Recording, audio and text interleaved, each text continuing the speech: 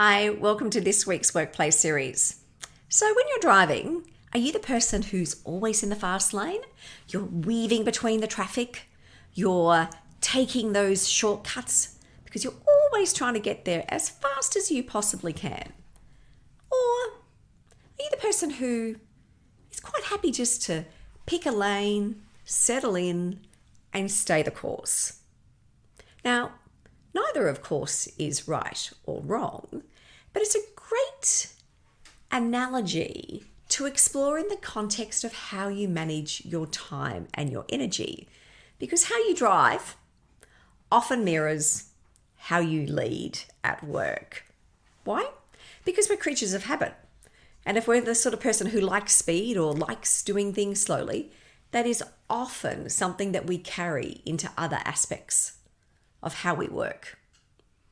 So let's think about this in the context of your work, because research suggests that about 40% of what we do every single day is a habit.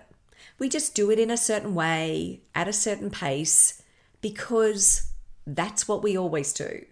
Those automatic patterns of behavior are just running in the background, often not consciously aware of, but they're influencing what you do. And so that means how you approach your working day is often less about a conscious, deliberate thought and way more about ingrained patterns of behavior. Some of those patterns are fast. Some of those patterns might be slow. So think about it for a minute. At work, where do those fast or slow patterns turn up? Because it's interesting, often we split the world into these binary opposites. There's fast food versus slow food, fast thinking versus slow thinking, which is, of course, the pioneering work of psychologist Daniel Kahneman, when he talks about that fast thinking brain and the slow thinking brain. We also have fast exercise, like those high intensity workouts. We also have slower exercise forms like yoga, Pilates. The risk with labels like this is we can start to assume that one is better than the other. Fast equals efficient, slow equals thoughtful. And yet neither is better than the other. There's a time and a place for fast. There is a time and a place for slow. Reality is nuanced. And so everything we do, the effectiveness of it depends on context. Take fast food. Fast food, such as a greasy hamburger every day, is not good for you. It's not a recipe for well-being. But you can do fast, healthy food, a la the 15-minute healthy meals that Jamie Oliver talked about. And in that case, the fast meals are good for you. Exercise, high-intensity interval training is effective for fitness. But so too is yoga, Pilates. They offer different things. They give different benefits. And the same goes with your brain. There is a time for fast. There's a time when we need to make those really quick, efficient, automatic decisions. At other times, we need to go slow. We need to be more deliberate.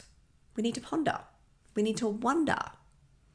When you're fast, when you're decisive, and you're quick to act, you're often being really focused and energetic, and you're relying on past experiences to work out what it is that you're going to do.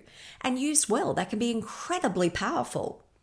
However, if you live your working life permanently in that fast lane, you can miss things, overlook important details, take shortcuts because you're always focused on getting to the end result really, really quickly. But that shortcut can result in bigger problems later. You can default to the easy option rather than the best option given the situation that you're in. When you're slow, you can be more deliberate, more considered, more reflective about the risks and the impacts. Once again, that's really powerful. But there can also be a downside, because when you're slow, too slow, you can miss opportunities. Your slowness can actually be procrastination in disguise. It can be an inertia that is stalling progress. It can be an idleness that's derailing your goals.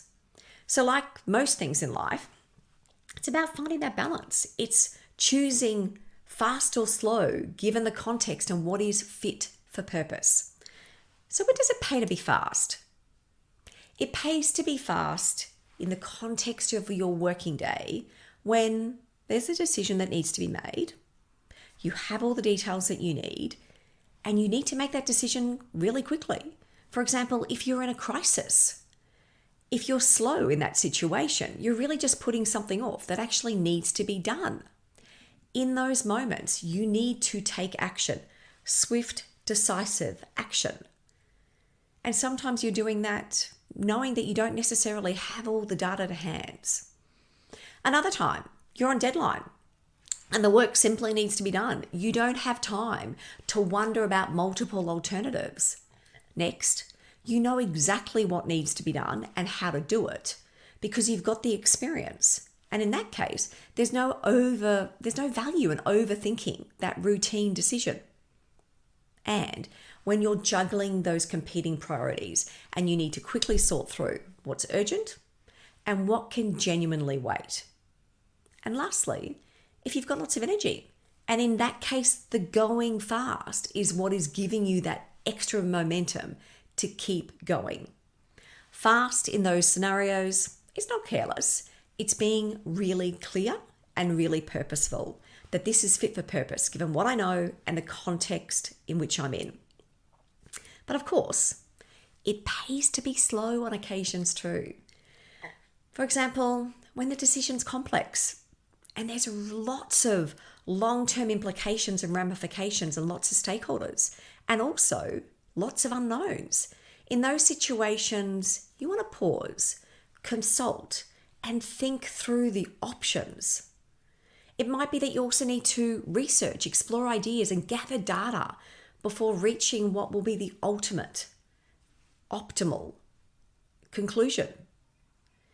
Next, it pays to slow down when you're tired. Because what slowing down is going to do is going to give you that space and time that you need to move from reaction mode to wise response mode.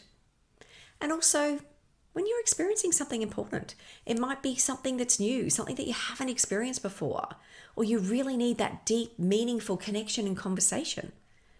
Those are times when you don't want to rush it. You want to be there. You want to be fully present. Slow in those moments isn't lazy or being idle. It's being intentional. So let's bring all this together, because if you're always fast and you're always busy, you're going to be missing what's happening around you. Similarly, when you are never leaving space to think, to reflect, or to notice the signals that something needs to change, you're missing out on the opportunity to grow and learn and build better outcomes. Likewise, if you're always slow, always cautious, you run the risk of just letting the world go by. Those opportunities walk past you. So wise leadership, influential leadership, it's not about being permanently in one lane. You don't want to be permanently in the fast lane or permanently in the slow lane. You want to pick the lane. Be deliberate and pick that lane based on what the situation needs. Because when you do that, you're going to end up with better outcomes. So this week, my challenge to you, notice the patterns. Where are you racing around when you should just be pausing, slowing down a little bit? Where are you delaying when you could actually just simply start, simply make a decision and move on? On your drive home today from work, or the next time you get in the car, pay attention to the lane that you instinctively want to be in, and then ask yourself, is this how I'm also showing up at work? And do I perhaps need to change the lane that I am more frequently? Be fast, be slow. Both are useful when you use them wisely. Take care. I'll see you next week.